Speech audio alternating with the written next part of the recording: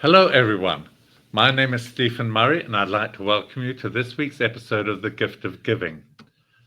For those of you who are tuning in for the first time, our program features representatives from nonprofits, foundations, and 501c3s, those who are giving back to the community.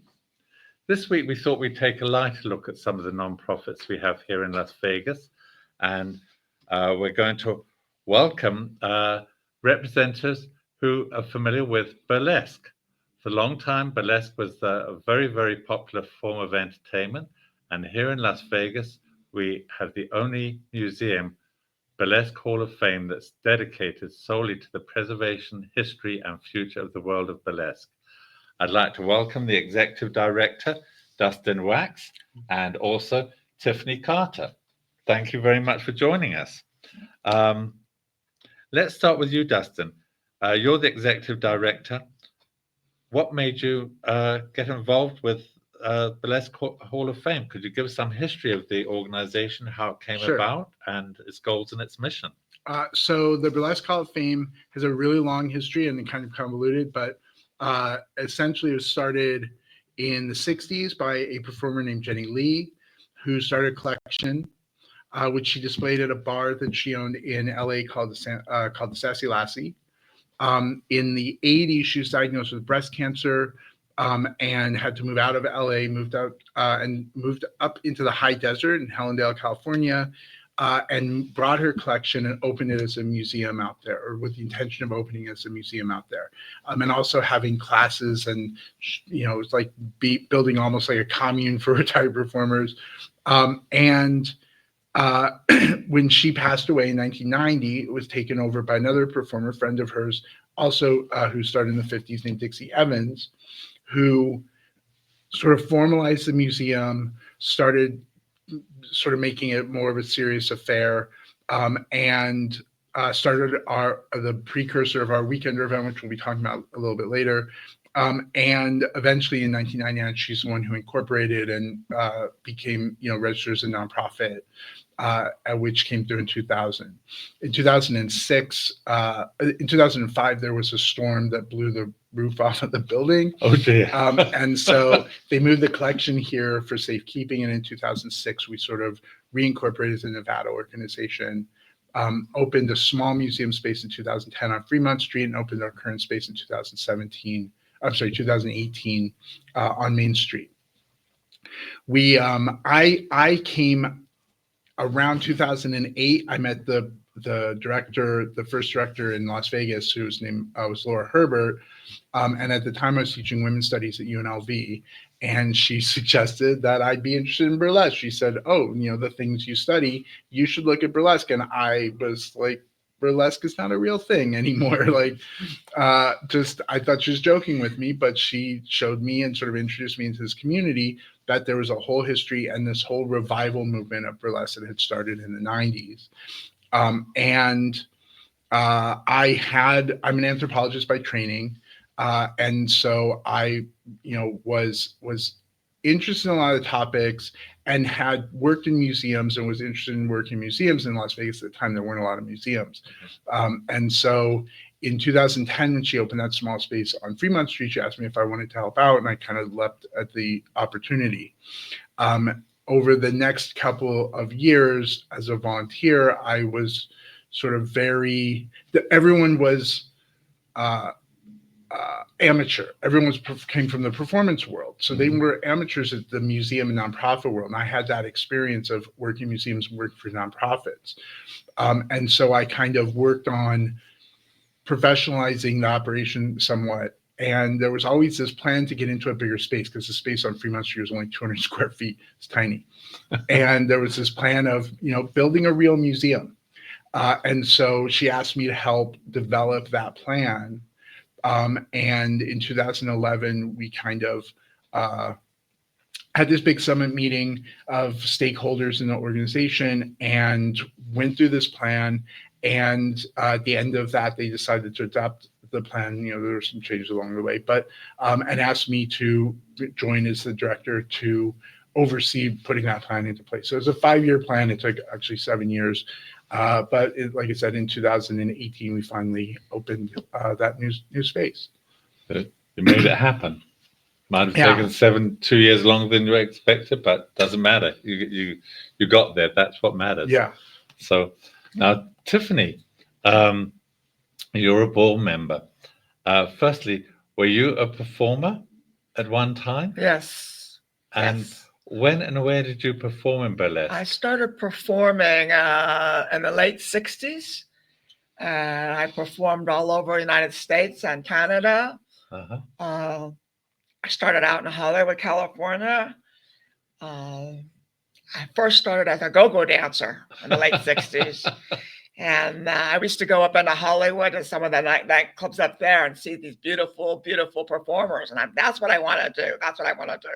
I started taking dance classes when I was a young girl. So I always wanted to be a dancer. I never had any doubt in my mind that I wanted to be a dancer.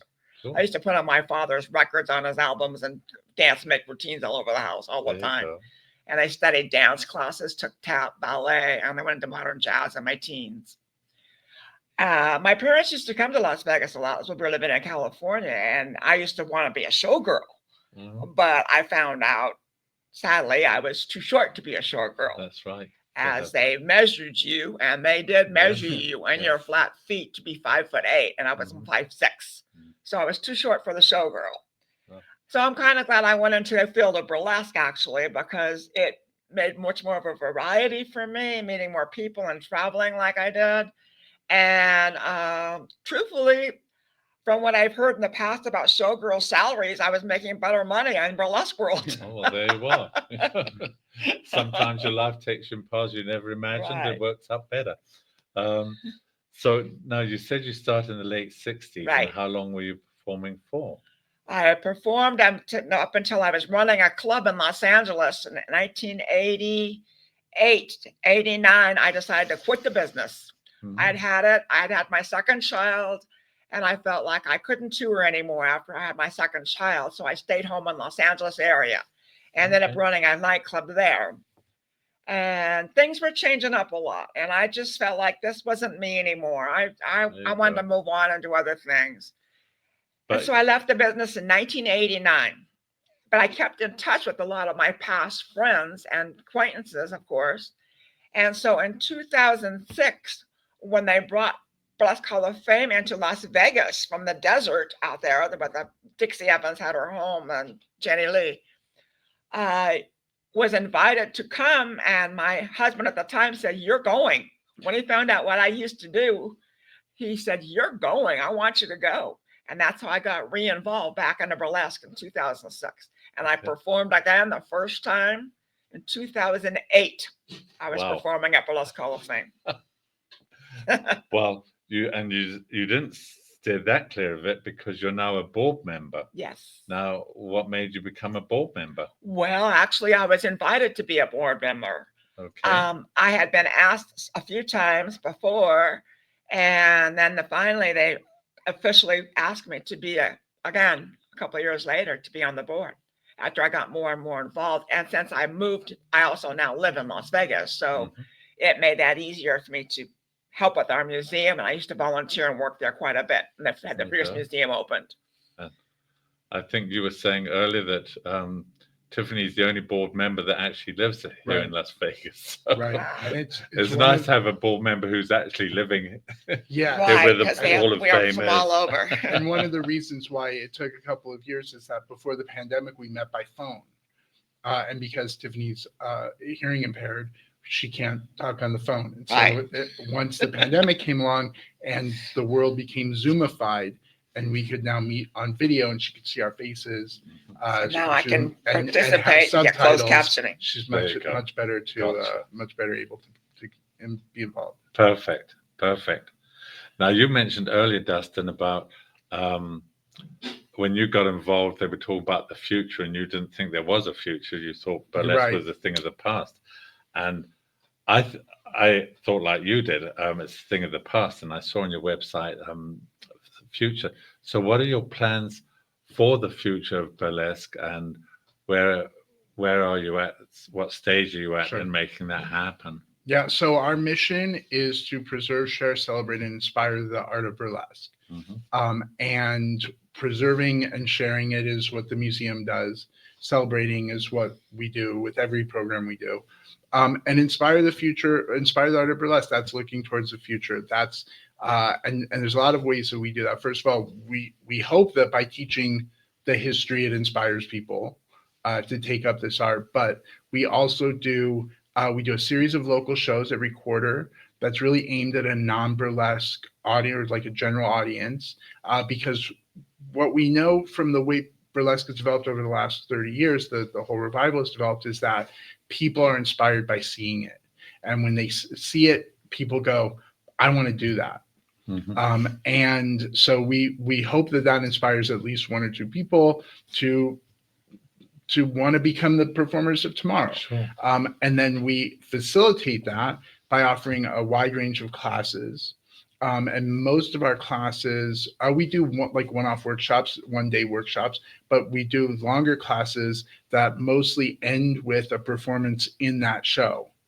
And so we're trying to instill in people not just the basic skills they need to put an act together, but also the kind of professional skills of what it's like to perform on a stage, what it's like to be in front of people, in front of an audience, what it's like to get paid for your work, because we end up paying the students back after, not the whole fee, but there's a token payment for performing, because we want them to feel like their work has value, and not sort of be exploited in a field where that could happen. And finally, we do our annual event, which is the Burlesque Hall of Fame Weekender. It takes place at the beginning of June every year. We've been at the Orleans for 14 of the last 15 years. And this is a big 4-day festival that attracts an international audience. And part of that is a competition in which we have literally the best performers in the world performing, and you see everything that's going on in the world of burlesque. What is now? What is the future? What is the innovation that's happening in that field? So that and that attracts mostly people from the burlesque community. So they're constantly being exposed to a wide range of what's happening in burlesque, and hopefully that pushes the art forward as well.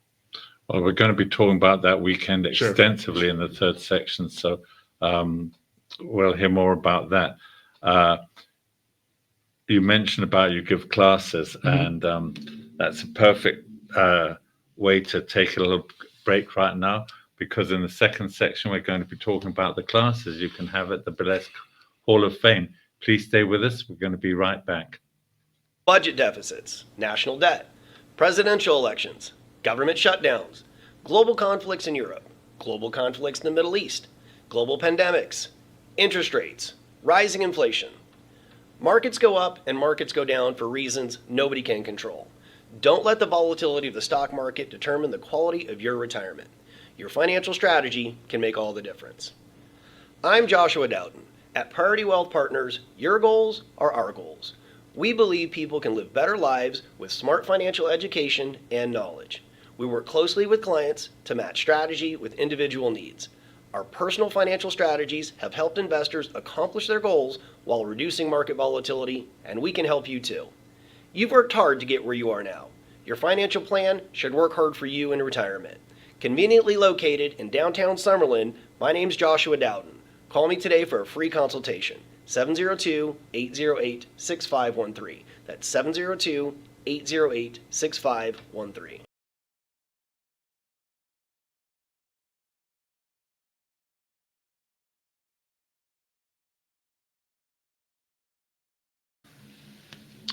Welcome back, everyone. And in this section, we're going to be talking about some of the classes and private parties that the Burlesque Hall of Fame holds. I'd like to welcome back our guests, Dustin Wax and Tiffany Carter. Thank you both for being with us again. So let's talk about one of the classes. Well, we'll talk about each of one of the classes you have, but one of them is Burlesque 101. Mm-hmm. Now, how often do you have those classes, and how long do they last, and how many? So Burlesque 101 is a 5-week class. It's 10 classes, 2 classes a week. And we do that. We typically do that twice because they're timed to put you on stage at our show. So we typically do that twice a year, and we do, we typically do that 4 times a year. So one each quarter, basically. We also do, it's not on our website right now because we're not offering it, but we do an act development class. It's the same format, that 10 class, 5-week format. And that ends with a solo performance. And we do a full student showcase where each person gets a chance to perform their act. Whereas in the 101 class, they learn a group act. They learn the full choreography, so they all perform as one act in our show. Okay.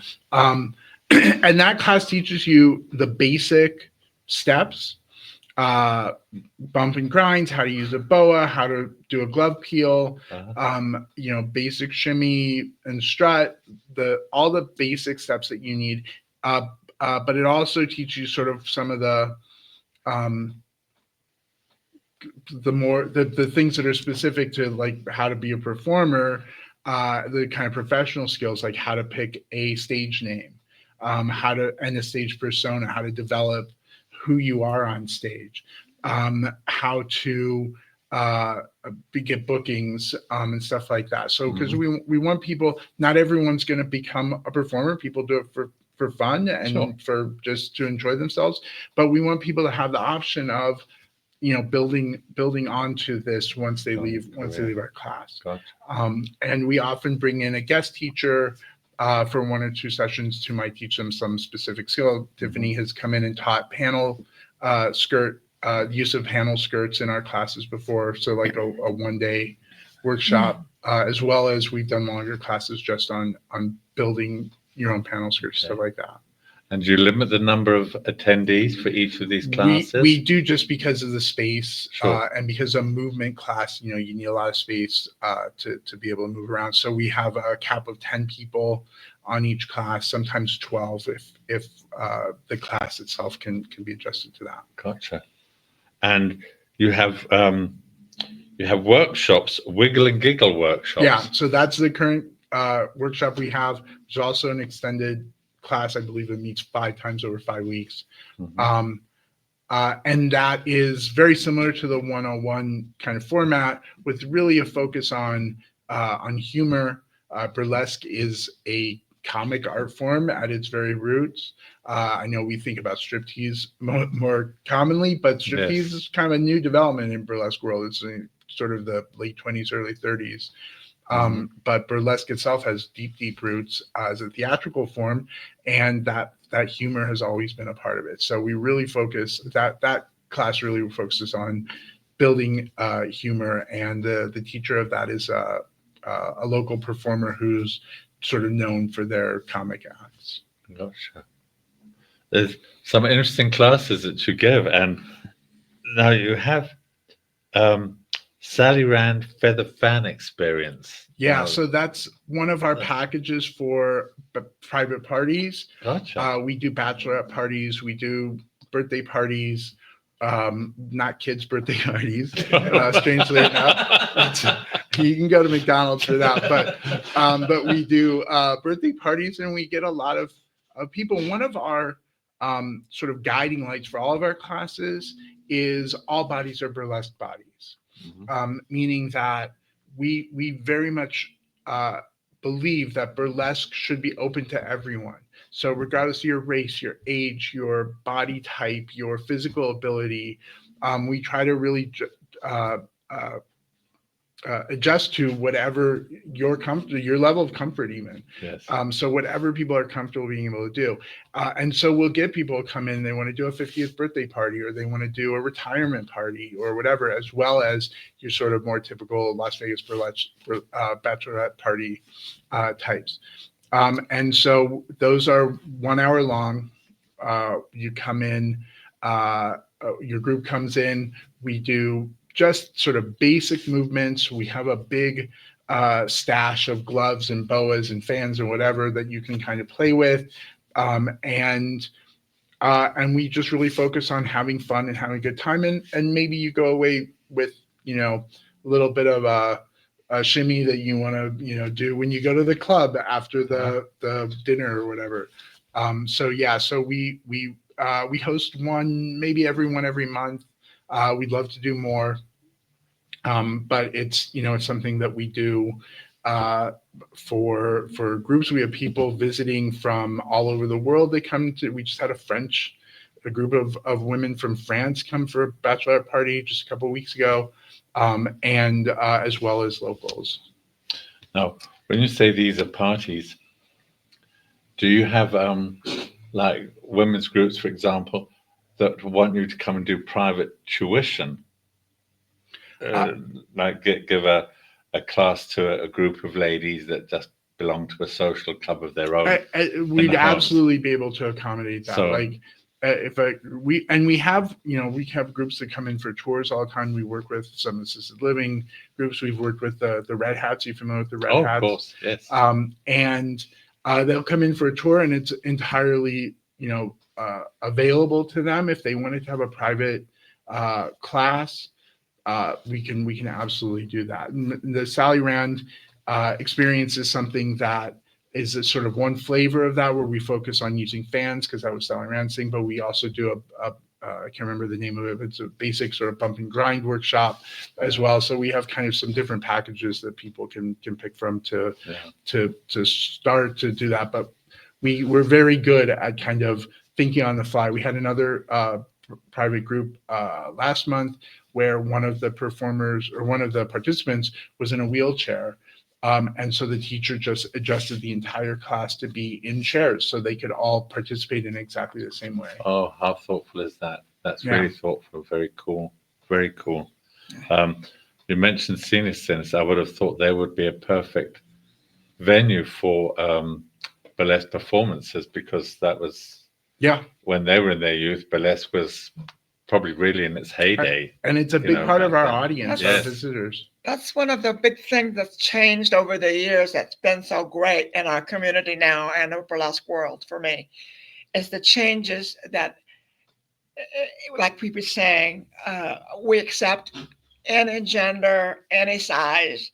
It's not like it used to be in my days. When we started, you had to have the perfect body, be perfect. And of course, the bigger the boobs, the better. So today's world has changed so much, and it's so much for the better.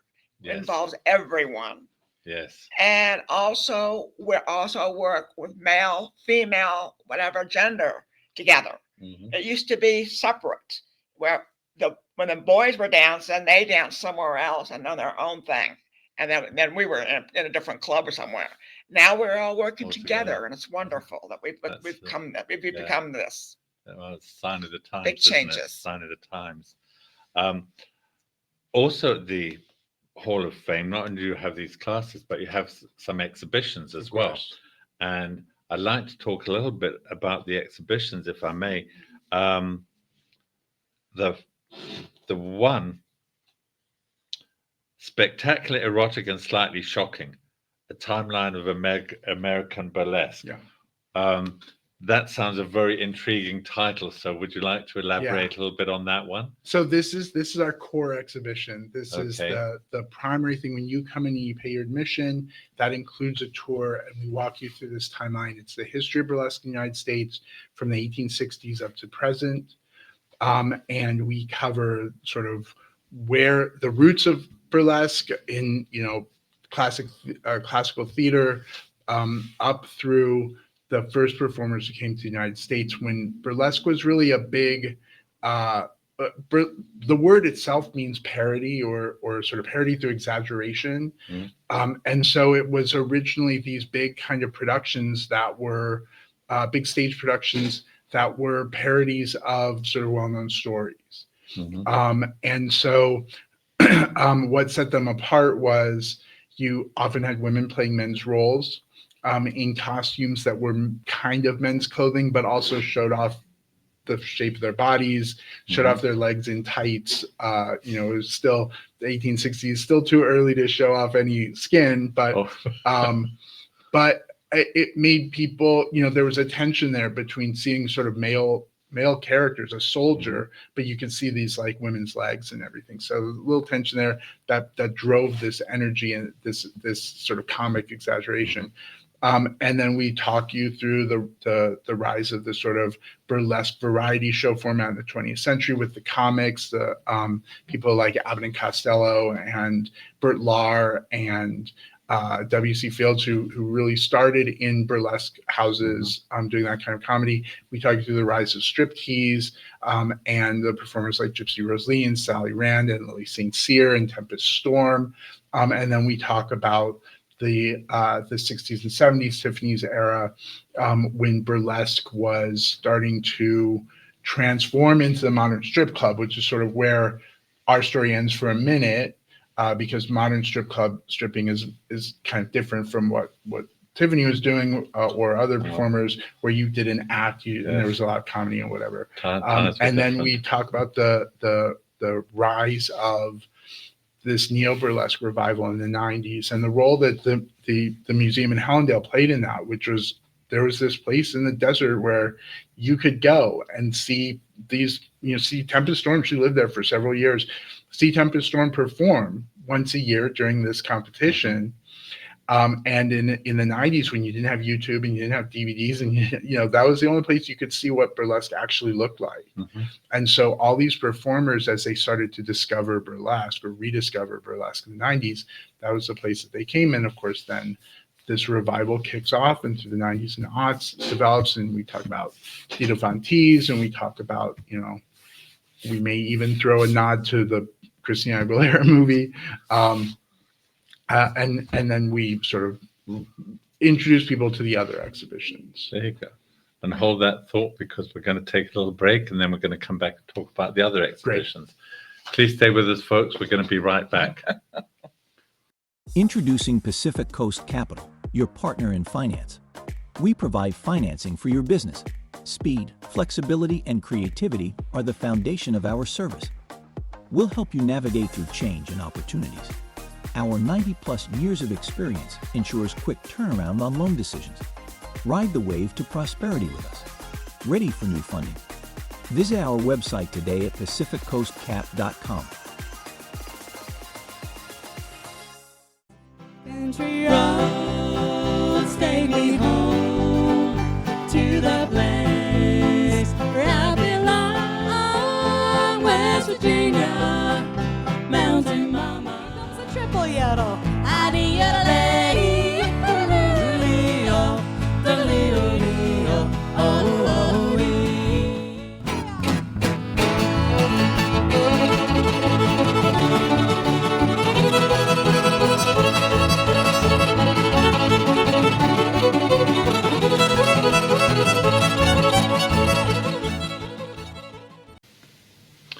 Hello, everyone. Welcome back to this week's episode of The Gift of Giving. And I'd like to welcome back Dustin Wax and Tiffany Carter. Thank you both for being with us from the Burlesque Hall of Fame. We were talking about one of your exhibitions in the last segment, and there's a couple of others that you have. And I believe you've got a new one that's going to be starting soon. Would you like to share some information about those other exhibitions? Sure. Because they all sound fascinating. Yeah, so we have two other permanent exhibitions that are sort of smaller, do-it-yourself kind of things. One is Becoming Burlesque. Becoming Burlesque gives basic instructions for bump and grind, glove peel, like basic moves. And we have a cart that has gloves, boas, fans, shimmy belts, just toys basically that you can try on. You can try out these moves. You can play dress up. It's a big Instagram moment for a lot of people. So just kind of get them to feel and experience it a little bit. Dancing the Revolution looks at feminist themes in burlesque history. Now, burlesque traditionally most performers would not have considered themselves feminists. The feminists were the ones outside the club marching with their signs to shut the club down. But if we look at the kind of basic themes in feminism, like economic independence, playing a public role, having a voice, up through contemporary issues like body positivity, accepting people of different sexual and gender identities and so on, those themes have all been part of burlesque throughout. So we sort of walk through the history, the same sort of the history and the timeline, but we walk through it from this explicit standpoint of what are these themes? How was economic independence a part of, a woman's life in 1873 who traveled the country and earned her own money and all that stuff. And then finally, we have a temporary exhibit space. We currently have kind of a hodgepodge of stuff. We have some of the big marquee posters. We have a collection of costumes by performer Blaze Fury, which are gorgeous. But those are kind of space fillers at the moment while we get ready to launch a new exhibition, which will run through the end of the year and start sometime mid-April. That is called Brown Skin Showgirls. It's based on the research by a author and filmmaker named Leslie Cunningham, whose grandfather ran a girl show called Harlem in Havana. And she has hundreds and hundreds of photos of this show, which was a touring show toured all over the country of Black performers and Afro-Cuban performers. And so they were in carnivals and circuses. They traveled with I can't remember, World of Wonder Circus, I believe, and exposed people to a kind of performance that you wouldn't think, and this is 40s through 60s, you wouldn't think would have been like so well received, but they were really famous. He actually became the first Black millionaire in Tampa, Florida, where he was based. So we're looking at this story and her personal story. Both her grandfather and her grandmother were involved in these shows. Her grandmother was a dancer, and so we'll be looking at this collection of photos as part of that exhibition. Nice.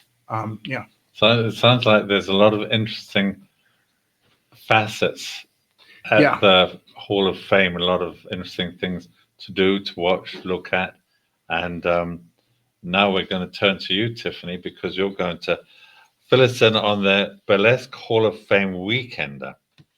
Yeah. So, when is that taking place and where? It'll be taking place in the first weekend of June. I believe the date's the 4th this year. 5th through 8th. At the Orleans. Okay. We will be doing a lot of different activities. Our shows are Thursday, Friday, and Saturday. Thursday nights called Movers and Shakers. It's just a variety of performers from all over that these different producers every night put together. And Saturday night will be our big competition for the M Exotic Worlds, which we crown a new person for the year. And then Friday night, we have a combination of show and the legends performing. Oh, cool. Which legends can perform. And during the weekend, there will be classes being taught, different variety of classes being taught. There will be a whole room set upstairs and a bazaar where people are selling merchandise. And as well, there will be legends there signing autographs and talking to people. And then you have your panel on Sunday afternoon. We have a panel of just the legends where people come and they like to ask us questions, and we give a little bit of our stories, and it gets quite involved. It's a lot of fun. Sure. And this, people this learn legends, from everything. it's a term in the burlesque community for sort of performers from the mid 70s and before. So we do a lot to spotlight and bring that history. Again, we want to look at the past, present, and future. So we're trying to make sure that we highlight this past and give people an opportunity to connect with these performers in as many possible ways as we can. And I'm assuming that people, the performers come from all over the globe. I'm assuming. Yes. Would that be correct? The what? The performers come from all over the world. All over the world. Yes. Yes. Yes. Wow. We have we've lost a lot of our legends, of course, but sadly, but our oldest legend is right now, I think, is Dee Milo. She wants to come again. She lives in Utah. And they also do what they call Friday night, some performers, and then some legends just do a walk across the stage and get introduced. Gotcha. Mm-hmm. Yes. And then they all have escorts for us, which is very nice to help get us around and get involved, especially for the ones that are more disabled today. Yes. So we have quite a variety of people from us all over the world, and also beautiful groups of performers. They put together a group act. Yes. Yes. This year we Now- So you have a categories of small group, larger Large group, group. and then your individual performers. Now, for the public who might be interested in attending this, they have to buy a 4-day pass, or Yeah, is it? we do a 4-day pass, and that is a lot of the events, like the classes are separate, and we do a bowling tournament. That's also a separate fee, but the pass is, we have all 3 showcases. We have a reunion party on Sunday night. We have several panel discussions throughout the week. We have after parties that are just insane every night. And we have a pool party. So all that's included in the pass.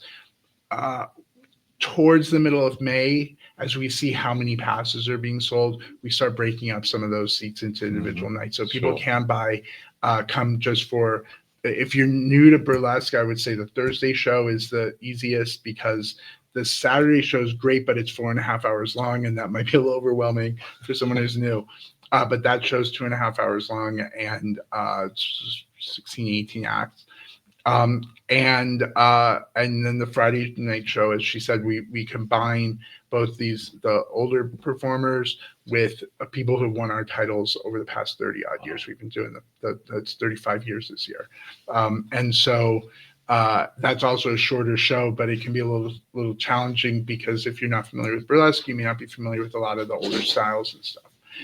But yeah, all of those shows can be bought at the door, single night only, if there's anything left, but can also be bought on our website once we start sort of sorting them out in May. And then your categories too, you have a Legend of the Year, who's picked by different peers.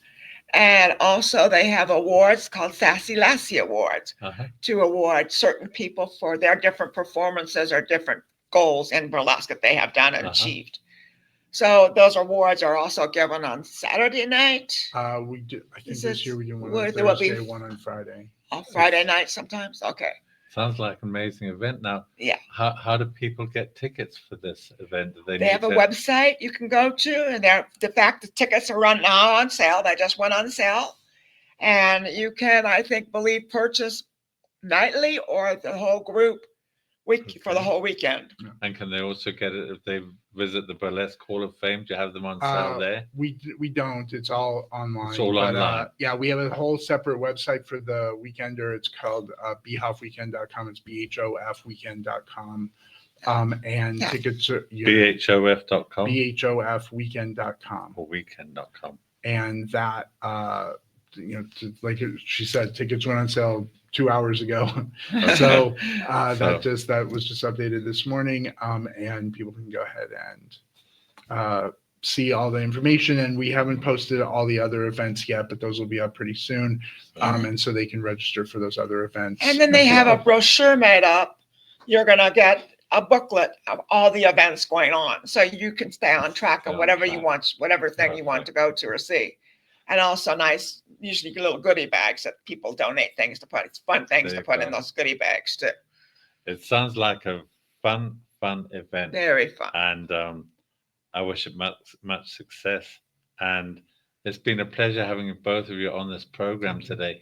Before you leave, would you care to give out your contact information, your website Sure. address, phone number? Yeah, so the Burlesque Hall of Fame, we're at 1027 South Main Street. And make sure you come number see our 110. museum. Yeah. During the weekend or two, of course. So we're 1027 South Main Street, Suite 110, downtown Las Vegas. The website is burlesquehall.com. That's burlesquehall.com. You can also reach us at info@burlesquehall.com. And our phone number is 888-661-6465. Thank you very much for sharing that information. Yeah. And thank you for taking time out today and being with you. us, Well, thanks especially for having me. you've got a busy day with getting your tickets out on sale and getting the website all organized. So appreciate it. And I'd like to thank you, the viewers, for tuning in today. I hope you've enjoyed this program. If you have any questions or comments, please reach out to me at Stephen at thegiftofgiving.vegas. I'd love to hear from you. I'd also like to thank our show's producer and station owner, WWDBTV, John Stiles. I appreciate your support always and your help. The program would, of course, not be possible without our show sponsors. So I'd like to thank Priority Wealth Partners, Pacific Coast Capital, the Firelight Barn, and Ralph John Champion. You'll hear his message right at the very end of this program. And also to Friends of the Gift of Giving. These are donors who wish to remain anonymous but help keep this program on the air. Once again, I thank you, the viewers, for tuning in. I hope we will see you again next week. In the meantime, stay safe and be kind to one another. Bye for now. Mr. R.J. Champion is proud to sponsor WWDB-TV's series, The Gift of Giving, and wishes the program much success. Congratulations and gratitude to the featured guests and the organizations they represent. Our community is well served by your tireless efforts to make Nevada a better state for all its residents.